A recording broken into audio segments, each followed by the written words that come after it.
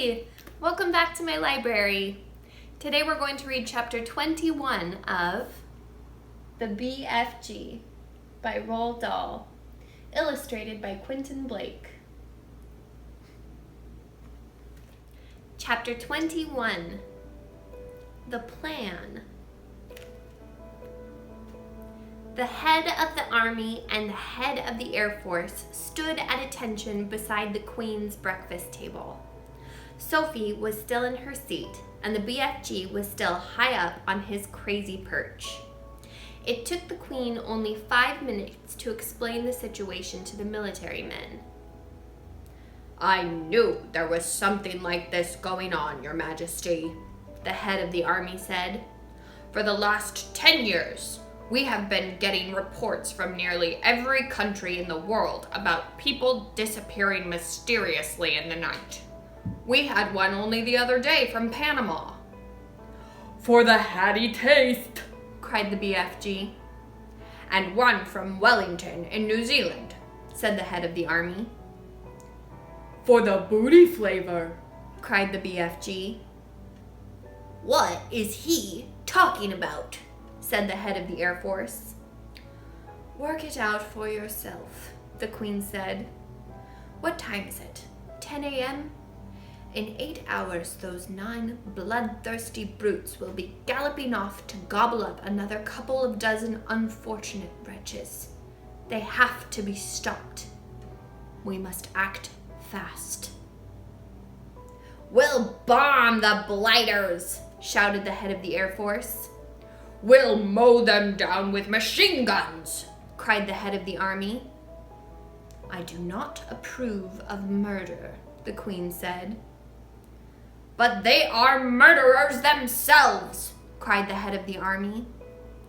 "That is no reason why we should follow their example," the Queen said. "Two wrongs don't make a right." "And two rights don't make a left," cried the BFG. "We must bring them back alive," the Queen said. "How?" the 2 military men said together. "They are all 50 feet high. They'd knock us down like 9-pins. "Wait!" cried the BFG. "Hold your horseflies! Keep your skirts on! I think I has the answer to the maiden's hair." "Let him speak," the Queen said. "Every afternoon," the BFG said, "all these giants is in the land of Noddy." "I can't understand a word this feller says," the head of the army snapped. "Why doesn't he speak clearly?" "He means the land of Nod," Sophie said. "It's pretty obvious." "Exactly," cried the BFG. "Every afternoon, all these 9 giants is lying on the ground, snoozling away in a very deep sleep. They is always resting like that before they is galloping off to guzzle another helping of human beings." "Go on," they said. "So what?" "So what you soldiers has to do is to creep up to the giants while they is still in the land of Noddy, and tie their arms and legs with mighty ropes and wonking chains." "Brilliant," the Queen said. "That's all very well," said the head of the army. "But how do we get the brutes back here? We can't load 50-foot giants onto trucks. Shoot 'em on the spot, that's what I say." The BFG looked down from his lofty perch and said, this time to the head of the Air Force, "You is having belly poppers, is you not?" "Is he being rude?" the head of the Air Force said. "He means helicopters," Sophie told him. "Then why doesn't he say so? Of course we have helicopters." "Wopsy big belly poppers?" asked the BFG. "Very big ones," the head of the Air Force said proudly. "But no helicopter is big enough to get a giant like that inside it." "You do not put him inside," the BFG said. "You sling him underneath the belly of your belly popper and carry him like a portito." Like a what? said the head of the Air Force. Like a torpedo, Sophie said. Could you do that, Air Marshal? The Queen asked. Well, I suppose we could, the head of the Air Force admitted grudgingly. Then get cracking, the Queen said. You'll need 9 helicopters, 1 for each giant. Where is this place? The Air Force man said to the BFG. I presume you can pinpoint it on a map. Pinpoint? Said the BFG. Map? I is never hearing these words before. Is this Air Force bean talking slush bungle? The Air Marshal's face turned the color of a ripe plum. He was not used to being told he was talking slush bungle.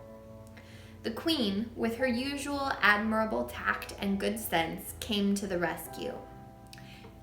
BFG, she said, can you tell us more or less where this giant country is? No, Magister, the BFG said. Not on my Nelly.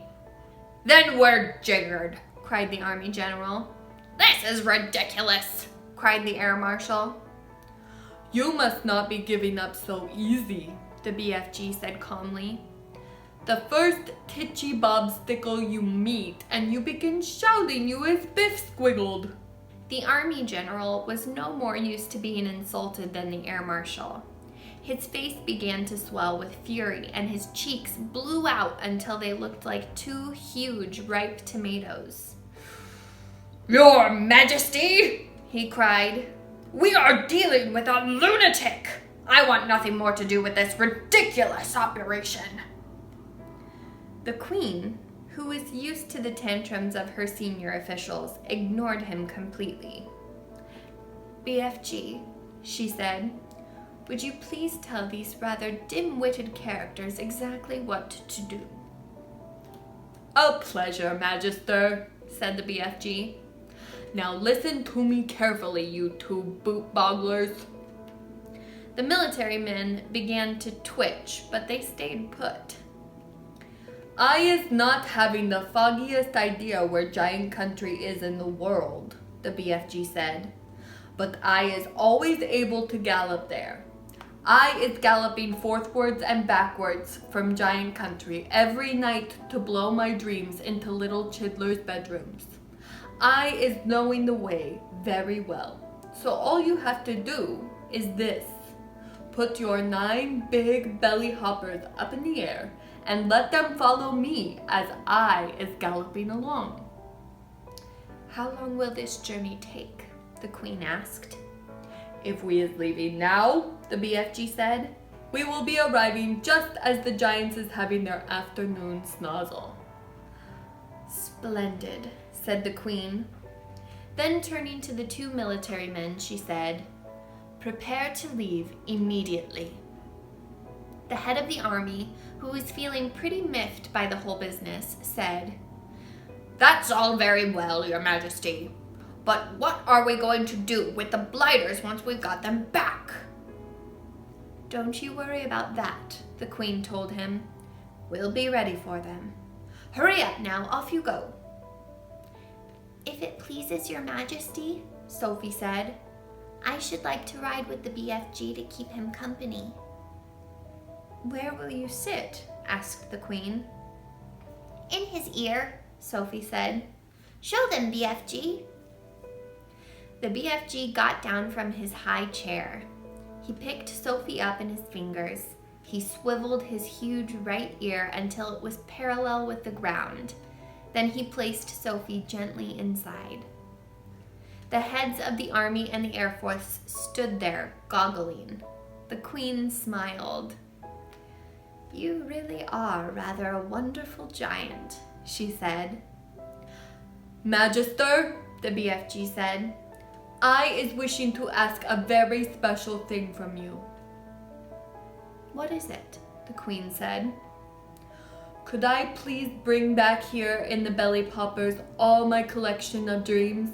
They is taking me years and years to collect, and I is not wanting to lose them. Why, of course, the Queen said. I wish you a safe journey. And that's the end of chapter 21. Do you think the BFG's plan is going to work? Make sure you like and subscribe so you're here to find out.